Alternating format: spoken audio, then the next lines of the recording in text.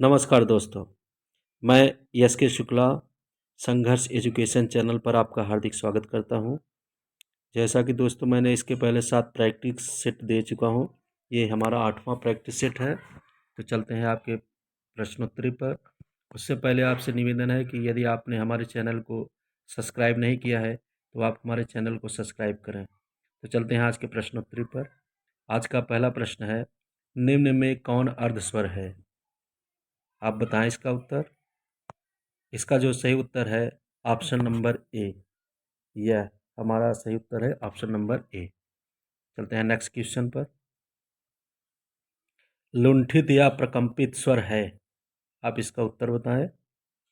लुंठित या प्रकंपित स्वर है, आप बताएं। तो दोस्तों इसका जो सही उत्तर है ऑप्शन नंबर बी। रह को हम क्या कहते हैं? लुंठित या प्रकंपित। तो चलते हैं अपने अगले प्रश्न पर।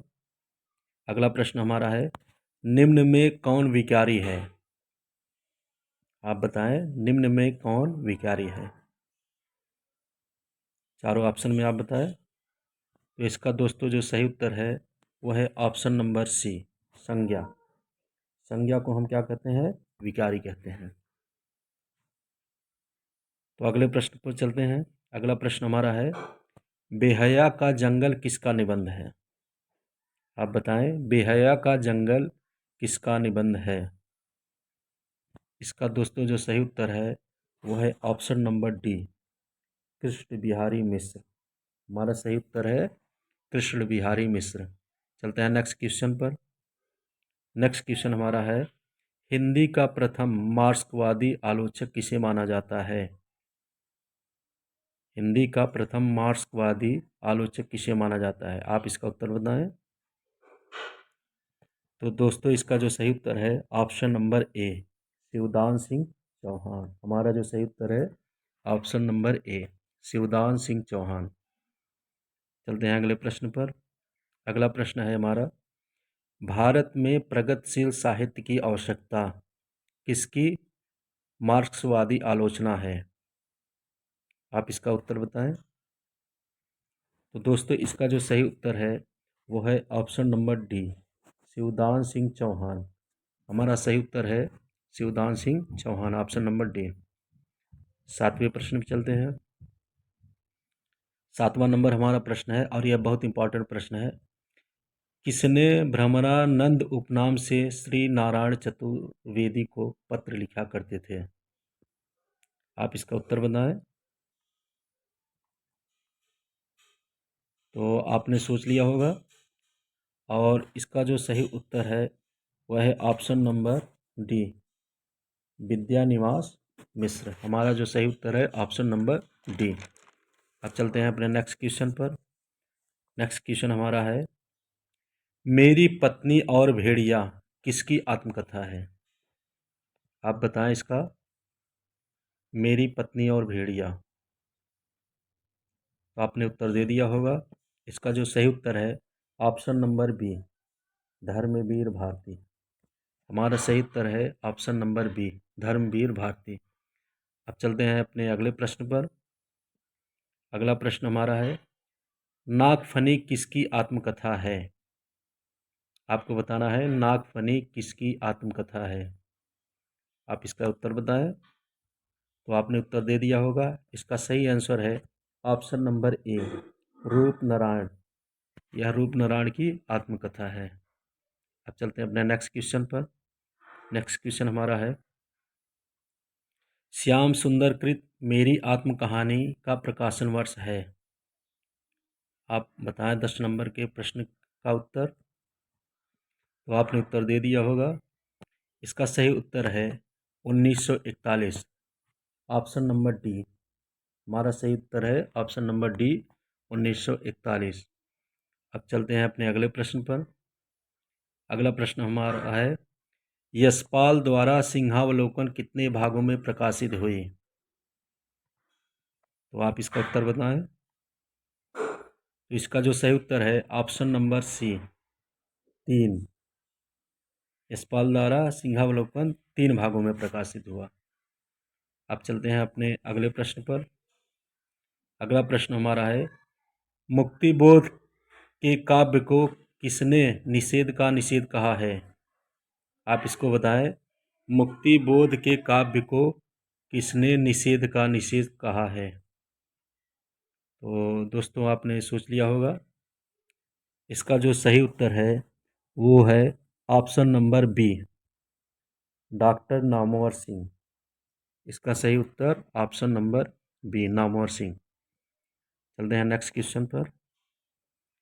नेक्स्ट क्वेश्चन हमारा है, ललित ललाम किसकी कृति है? यह काफ़ी प्रसिद्ध कृति है, तो आप इसका उत्तर बताएं। इसका सही उत्तर है ऑप्शन नंबर बी, मतिराम। यह मतिराम की कृति है। हम चलते हैं अपने नेक्स्ट क्वेश्चन पर। नेक्स्ट क्वेश्चन हमारा है, प्रबोध पचासा के रचनाकार हैं। आपको ये बताना है प्रबोध पचासा के रचनाकार कौन है, तो आप इसका उत्तर दें। तो दोस्तों इसका जो सही उत्तर है ऑप्शन नंबर ए, पद्माकर। हमारा सही उत्तर है ऑप्शन नंबर ए, पद्माकर। अब चलते हैं अपने अगले प्रश्न पर। अगला प्रश्न हमारा है, विष्णु विलास के रचनाकार हैं। आपको बताना है कि विष्णु विलास किसकी रचना है। तो दोस्तों आपने उत्तर दे दिया होगा। इसका सही उत्तर है ऑप्शन नंबर सी, लाल कवि। हमारा सही उत्तर होगा ऑप्शन नंबर सी, लाल कवि। अब चलते हैं अपने नेक्स्ट क्वेश्चन पर। नेक्स्ट क्वेश्चन हमारा है, हिंदी साहित्य का अतीत किसकी रचना है? आपको बताना हिंदी साहित्य का अतीत किसकी रचना है। आप इसका उत्तर बताएं। तो दोस्तों इसका जो सही उत्तर है वो है ऑप्शन नंबर ए, रामविलास शर्मा। यह रचना जो है रामविलास शर्मा का है, तो इसमें ऑप्शन नंबर ए हमारा सही उत्तर होगा। चलते हैं अपने अगले प्रश्न पर। अगला प्रश्न हमारा है, आधुनिक हिंदी साहित्य किसकी कृति है? आपको ये बताना है कि आधुनिक हिंदी साहित्य किसकी कृति है। आप इसका उत्तर बताएं। तो दोस्तों आपने सोच लिया होगा। इसका जो सही उत्तर है वो है ऑप्शन नंबर डी, नंद दुलारे वाजपेयी। हमारा सही उत्तर है ऑप्शन नंबर डी, नंद दुलारे वाजपेयी। अब चलते हैं अपने नेक्स्ट क्वेश्चन पर। हमारा 18 नंबर का प्रश्न है, हिंदी साहित्य का इतिहास दर्शन किसकी रचना है? आप इसका उत्तर बताएं। तो दोस्तों आपने उत्तर दे दिया होगा। इसका सही उत्तर है ऑप्शन नंबर बी, डॉक्टर नलन नलन बिलोचन शर्मा। हमारा सही उत्तर है ऑप्शन नंबर बी। अब चलते हैं 19 नंबर के प्रश्न पर। गोरी सोवे सेज पर मुख पर डारे केस किसके द्वारा रचित है? आप बताएं यह कविता किसके द्वारा रचित है। तो 4 ऑप्शनों में आपने सही उत्तर दिया होगा। तो जो हमारा सही उत्तर है वो है ऑप्शन नंबर ए, अमीर खुसरो।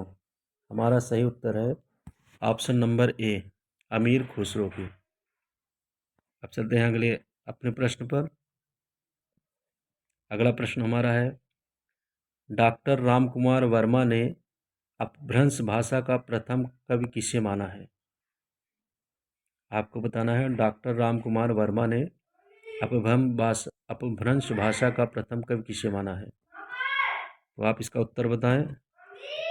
इसका जो सही उत्तर है ऑप्शन नंबर ए, स्वयंभू। हमारा सही उत्तर है ऑप्शन नंबर ए, स्वयंभू। अब चलते हैं अपने नेक्स्ट क्वेश्चन पर। नेक्स्ट क्वेश्चन हमारा है, जैन परंपरा का प्रथम कवि कौन है? आप बताएं जैन परंपरा का प्रथम कवि कौन है।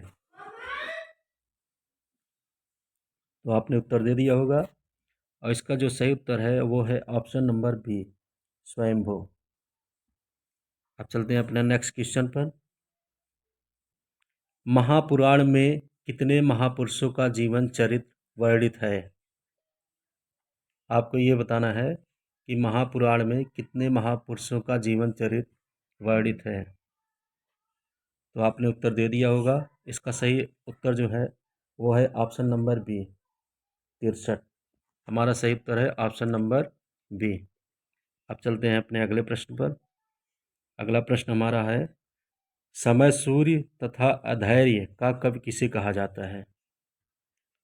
आप इसका उत्तर बताएं। और ये बहुत ही महत्वपूर्ण प्रश्न है। तो दोस्तों, इसका जो सही उत्तर है वो है ऑप्शन नंबर ए, रामधारी सिंह दिनकर। हमारा सही उत्तर है ऑप्शन नंबर ए, रामधारी सिंह दिनकर। अब चलते हैं अपने अगले प्रश्न पर। 24 नंबर का हमारा प्रश्न है, कई दिनों तक चूल्हा रोया, चक्की रही उदास, कई दिनों तक कानी कुतिया, सोई उसके पास।